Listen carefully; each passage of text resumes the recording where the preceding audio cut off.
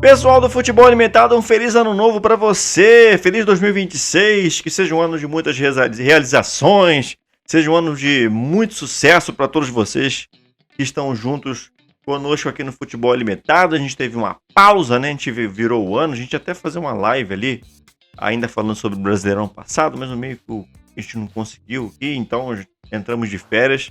Mas estamos de volta para 2026, enfim, terminou o descanso do canal no nosso Futebol Alimentado, já em ritmo de Champions League. A Champions League está voltando nesta terça-feira. Eu já gravo nessa manhã, né, de terça-feira, 20 de janeiro de 2026, esse vídeo para a gente falar do retorno da Champions League. Eu vou voltar novamente a uma tecla que eu já referi aqui nesse canal anteriormente, que é Arsenal Futebol Clube. Para mim, hoje, o melhor time na Europa. E por que eu tô voltando de novo a essa tecla? Porque a gente tá mudando de página, gente. O Arsenal vinha disputando a Premier League, agora ele está de volta à Champions League e tem já de cara um jogo duro nessa sétima rodada. O Arsenal que está, inclusive, com 100% de aproveitamento, né, nessa fase de liga, e vai enfrentar a Internazionale. E aí a questão que eu queria tratar com vocês aqui é que esse jogo, inclusive, é um repeteco, né? A gente tá aqui na página do Flash Score, eu vou usar aqui o Flash Score como base para a gente conversar um pouco aqui, porque eu nem quero falar tanto em si do jogo, né? Mas em relação a outras coisas aqui que não o jogo, enfim, eu vou usar apenas aqui a estética da partida para poder ter uma conversa com vocês. Fiz algumas anotações aqui, enfim, eu tava com saudade disso, né? Você sabe como é que eu sou, quem me conhece sabe, em relação a futebol, né? Então tem muitas anotações aqui, coisas que eu queria falar sobre Arsenal para vocês. O Arsenal que está com 100% de aproveitamento na UEFA Champions League, mas vem de alguns tropeços na Premier League, né? Teve um empate em 0-0 em casa com o Liverpool. Não é tão tropeço assim, mas se tratando de uma temporada muito irregular dos Reds, o fato de o Arsenal não ter conseguido uma vitória contra o Liverpool na temporada chama a devida atenção. E também teve um empate agora com o Nottingham Forest em 0-0. Ele teve 2 vitórias, mas em Copas, né? Ele teve uma vitória na Copa da Inglaterra e na Copa da Liga Inglesa, enfim. Descontando esses 2 jogos, o Arsenal tem tido tropeços nas partidas da Premier League. Porém, né, contudo, todavia, o City não ameaça, né? Não tem ameaçado, porque quando o Arsenal tropeça, o Arsenal empata, o City vai lá e não consegue também vencer sua partida. Inclusive foi derrotado no último fim de semana diante do Manchester United. O Arsenal, apesar dos pesares, eu não mudo nada do que eu disse, do que eu falei no vídeo que eu fiz. Posso até deixar aí no card para vocês, no vídeo que eu fiz no ano passado. Eu dizia que o Arsenal, para mim, era o time mais preparado para as conquistas nessa temporada europeia, inclusive em se tratando da Champions League. Eu fiz aqui umas anotações, inclusive, falando sobre o jogo que o Arsenal fez contra o Chelsea, que foi pela semifinal da Copa da Liga Inglesa, na Carabao Cup.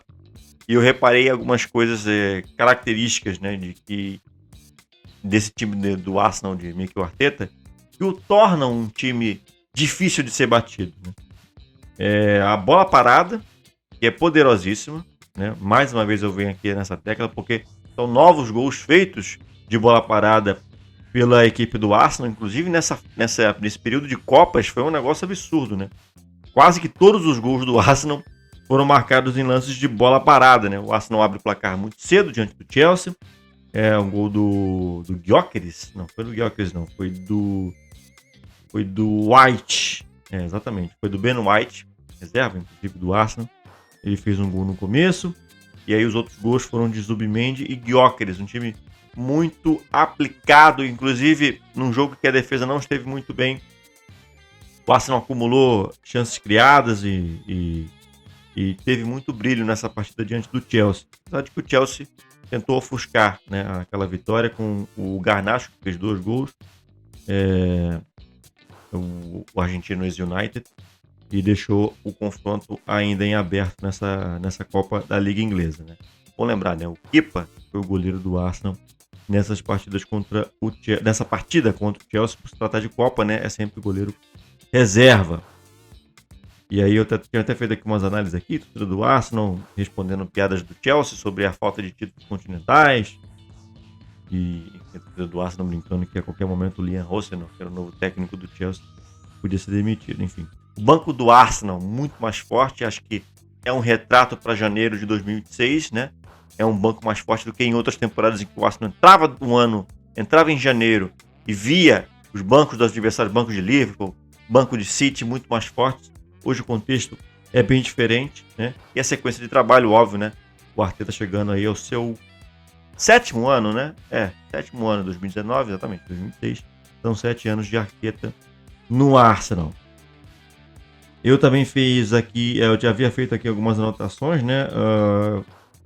Enfim, novamente, sem contrapontos quanto ao Arsenal ser o melhor time europeu hoje, né? Hoje, repito, janeiro de 2026, junto do Barcelona. Eu havia até feito esse coach contra o Barcelona que no fim de semana perdeu para a Real Sociedad. Não faz uma campanha muito imponente na Champions League o Barça, apesar de que, observando jogo por jogo, o futebol do Barcelona também tem sido um futebol de maneira mais frequente, né? Envolvente com outros adversários, com posse de bola, enfim, e finalizações. Porém, né, com o fato de que o Barcelona perde mais do que o Arsenal. E aqui eu observei também a relação com o City, né? E sempre a questão do City é muito forte em questão de elenco. E hoje a gente consegue perceber entre Arsenal e City que o Arsenal hoje tem condições melhores, inclusive, do banco de reservas. O City gastou muito no Semenyo, que entrou muito bem, inclusive, nos primeiros jogos de Copa. O Semenyo fez boas partidas com assistências, gols. E tem sido um jogador importante. E é essa curiosidade, né? O cara acabou de chegar do Bournemouth, né? Então tá entrando no meio da confusão o Semenyo, que pareceu estar até mais entrosado, né, do que se poderia imaginar de um cara que estava jogando em outro time, inclusive com valências bem diferentes, né? O Bournemouth e o Manchester City. Enfim, o Arsenal tem um ataque forte, só não fez gol no Liverpool. Como eu já havia dito no começo do vídeo, o Liverpool passou em branco, né? Virou aí uma espécie de tabu os jogos com o Liverpool para o Arsenal. Estrutura tão boa de time, colhida nesses 7 anos de trabalho, o Mikel Arteta, que faz improvisações nas laterais. É engraçado, né? O Arteta tem improvisado em Capié, que é um zagueiro canhoto, equatoriano, jogando de lateral esquerdo. Mas ali também tem o Calafiori, que também é um pouco zagueiro. Aí do lado direito tem o Timber, que também é um pouco zagueiro. Tem o White, que também era zagueiro. Ou seja, ele criou uma crosta defensiva, de que além de ter bons 2 zagueiros, né? Que são o Saliba e o Gabriel Magalhães, seleção brasileira. Ele tem também jogadores adaptados a jogarem na zaga, nas laterais. Apesar de ele ter também a opção do Lewis Kelly, que é um lateral mais ofensivo, enfim, que já é lateral de origem. Ele prefere sempre para essas adaptações, né? Zagueiros que jogam nas laterais. Isso tem, evidentemente, fortificado a defesa do Arsenal. O jogo que o Arsenal leva mais gols é justamente o jogo que saem os titulares dessa posição, das laterais. Apesar de que eu ainda acho que encapié na zaga é um pouco demais, tá? Eu vejo o Calafiori com mais valências ofensivas. E aí aquilo tudo que podia soar como remendo acaba fazendo sentido técnico e tático, né, para a equipe. Tá tudo funcionando muito bem estruturalmente. Aqui algumas outras anotações, né? Uma estrutura boa de time que faz com que um Gabriel Jesus, que passou um ano inteiro sem jogar, volte confortável, né, para participar do ataque. Apesar de que, a gente relembra, o Gyökeres ainda não explodiu, não estourou, mas é uma opção de elenco muito boa, né? Um jogo mais forte, físico. O cara tem 1,80m e pouco, né? É uma característica de fato que tem também importante no banco de reservas, né? Quando você fortifica o banco, você tem maiores valências para mudar o jogo. E isso o Arsenal não tinha nas temporadas anteriores, né? As quais aí o pessoal pode dizer que ele até pipocou. Eu estou falando de maneira muito corrida aqui, mas como são muitas anotações, eu gostaria de deixar claro aqui, né, na nossa conversa. E aí também, né, é bom, toda a pinta de campeão, exatamente o que eu coloquei aqui, eu coloquei em verde, inclusive, aqui é toda a pinta de campeão, não sei se dá para enxergar, porque esse time do Arsenal, como cara de time, ele traz mais essa ótica, né? Você via o Arsenal muito dependente do Saka, que é o que está na imagem aí, inclusive, nas últimas temporadas, que se ele não jogasse, o time desandava e tal, e você vê as partidas que o Saka nem é tão brilhante tecnicamente, mas ainda assim o time consegue sobressair. Ou o Odegaard mesmo, né? Esses caras não são tão mais importantes como eram. Inclusive o Odegaard está voltando a jogar porque o Eze se machucou né? Que também vinha bem o meia esquerda, esse Crystal Palace, né? E aí depois de tanto tempo, com o City jogando mais bola que o Arsenal, o City tem melhores jogadores que o Arsenal, aquela coisa toda, isso acabou. Hoje o Arsenal joga mais bola que o City e tem melhores jogadores do que o City, pelo menos no completo, né? Analisando o elenco e avaliando o elenco. O Arsenal tem melhores jogadores, e até como 11, né? Eu acho que hoje, como 11, se você fizer um contra um, o Arsenal tem peças melhores. Enfim. Esse vídeo ele é meio que uma conclusão para o outro vídeo? Talvez seja. É que o ano está começando, então preferi colocar essas coisas aqui em pauta para você que está acompanhando o futebol limitado. E claro, o olho no Arsenal mais uma vez. A Champions League retorna hoje. Esse jogo diante da Inter de Milão. Eu até vou descer aqui, que essa matéria do Jason Petitgrove, do Flash Score, é uma matéria traduzida, né?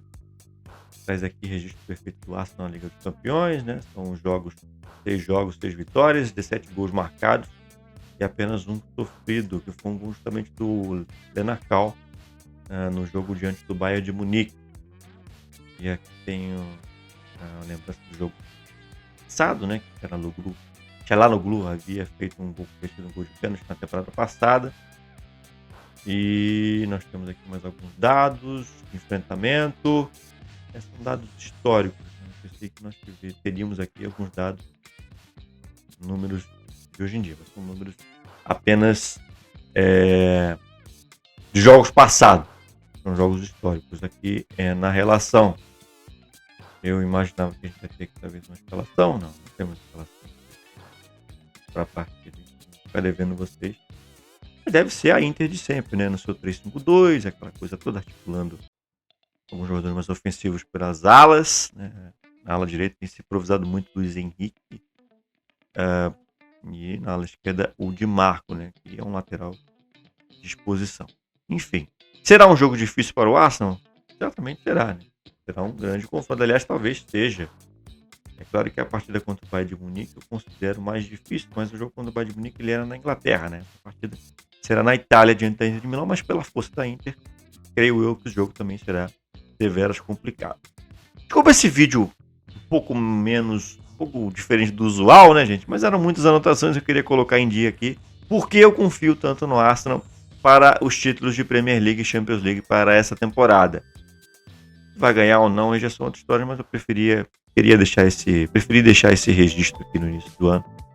E aí até junho, julho, a gente vê se eu acertei. É isso, Arsenal. Muito forte, viu, pessoal? É isso. Feliz 2026, estamos de volta. A Champions League também, o canal volta junto. Aquele abraço, galera. Valeu.